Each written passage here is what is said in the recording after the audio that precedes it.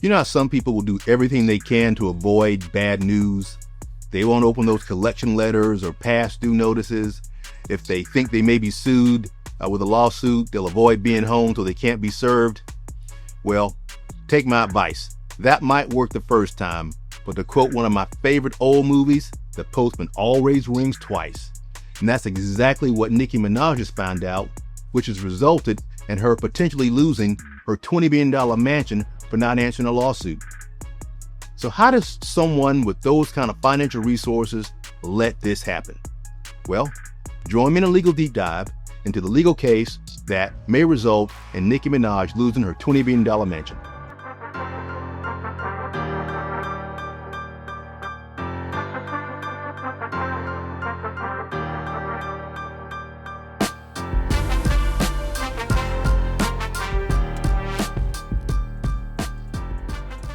What's good, people? Well, you know I referenced one of my favorite old movies, The Postman Always Rings Twice. Now, when I say old, I don't mean 1980s. It's actually 1940s, like original black and white movie. Now, in that movie, the first part of the plot is something we've seen countless times. You know, the woman and her lover conspire to murder her rich husband so they can be together. We've seen that. But the twist in this movie is, you know, they get away with it.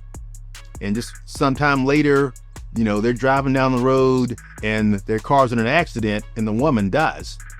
And law enforcement thinks that the boyfriend set this up to make it look like an accident, and he's arrested and convicted for murder and given the death penalty. And when he's in prison about to be executed, he kind of accepts his fate, because in his mind, you know, he got away with the first murder, which he really should have been convicted of.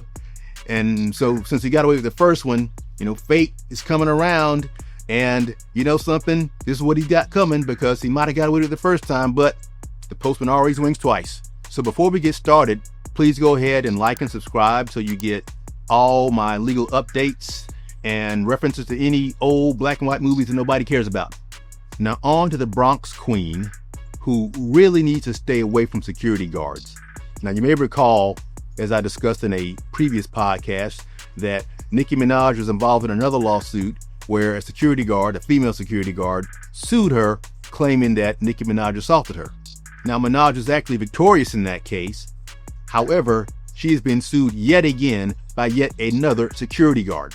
So I'm going to give you the background of the lawsuit, but there are a lot of players involved, so you might want to take some notes. So Nicki Minaj is in Germany giving a concert, and apparently she gets into a verbal altercation with a female security guard. She starts yelling at the security guard for not doing her job, and she's berating her. There's a male security guard who sees what's going on and tries to intervene on behalf of the female security guard and tries to get Nicki to kind of slow down. Hey, tone it down, it's going to be okay. In response, Nicki throws her shoe at the guy. So she missed the guy, but her husband sees all this and hears everything, and he decides the male security guard is being disrespectful to his woman, so he sucker punches the guy and breaks his jaw. Now, as you can imagine, of course, the security guard gets an attorney. He sues both Nicki Minaj and her husband, but they really seem to be avoiding being served with the lawsuit. And when I say being served with the lawsuit, when a person files a lawsuit, the person you're suing still has to be served formally. You know, served means they get a copy of the lawsuit, explaining the allegations, who you are, what you're saying happened, what relief they're asking for, and they have a chance to respond, deny it, which they normally do, file an answer, and participate in the legal process. That's how you start a lawsuit. But sometimes it becomes difficult to serve people because people will avoid being served. So what happened in this case, which is what happens frequently, is the attorney for the plaintiff, the person who was filing the lawsuit, goes to the court and say, hey, we can't serve this person. We've been to their house, you know, we've been to their place of work, we sent them letters, we don't have any acknowledgement, we can't find them to serve them. And they can ask the court to allow something called service by publication, which means that they can run basically an ad in the newspaper and the defendant can be served that way. It's called service by publication, and that's legal. And it doesn't matter if you actually read the paper and see the lawsuit. If they've done everything they can to try to find you and locate you, and they can't, they're allowed to do that. But here's the thing about being served by publication. It's good service, So if you're served by publication and you don't respond to the lawsuit, you are in default. And that's what happened in this case. So when Nicki Minaj and her husband didn't answer the lawsuit, the attorney did his job. He filed a petition with the court to hold them in default, which the court did. And there's a default judgment against Nicki Minaj and her husband. And now, as a result of that default judgment, the person that's suing them, the security guard, got a default judgment of about $500,000 or so. So what do you do when you have a $500,000 default judgment? Well, you try to collect it, of course. And even though they can't find Nicki Minaj or her husband, she does have a $20 million mansion in California. And what they're doing now is they're trying to get the judge to force the sale of that mansion to pay off the $500,000 judgment. And the thing that I find interesting is that, she has never to this day responded to the lawsuit or hired an attorney to make an appearance to set aside the default judgment.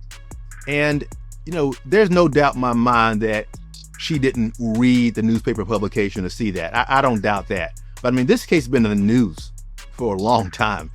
So I am certain that they know about this lawsuit in this case. In addition to that, if you're thinking, well, maybe she's, she was gone, she travels a lot, she's on the road, she missed it in the mail. No, let me explain something to you. People like her, people that are rich, people that have means and they travel and they have multiple real estate all over the world, they have people for stuff like that.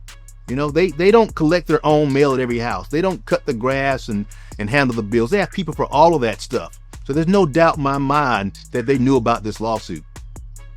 And what also I think is interesting is that, even notwithstanding the default, she had the means to defeat this lawsuit. On the merits. First of all, she didn't punch the guy, the husband did. So she could have got herself, separated from the lawsuit on those grounds. And there's also the question of jurisdiction. This all happened in Germany. A real question as to whether or not the California court even has jurisdiction over this. So there are a lot of ways this thing could have been taken care of quite easily. And that's why it just kind of boggles my mind that to this day, she hasn't addressed it. Well, I'm going to call it like I see it. There's no doubt in my mind that she knew about this lawsuit. And sometimes with celebrities, they just say, something, I ain't got to deal with this. I ain't doing it. They can go to hell. They can kiss my ass. And you can see her doing something like that. Now, I think it's short-sighted because she is creating a problem that's going to be very, very difficult to fix when it could have been handled very quickly and very cheaply had she gotten involved sooner. But that's how celebrities are sometimes. And she ignored this lawsuit, things was going to go away. But guess what? The postman always rings twice. So do you think Nicki Minaj knew about the lawsuit, or is this just another celebrity shakedown? Do me a favor, post your comments and call it like you see it. That's it. Well, that's all I got. But I do appreciate you taking the time to join me on this legal deep dive. I think it's always fun to discuss these topics, tell you what I think, and get your feedback. I would really appreciate it if you took the time to like the video, subscribe to the podcast, and also I'd appreciate you sending me your comments so we can discuss the topics you want to hear about. That's it.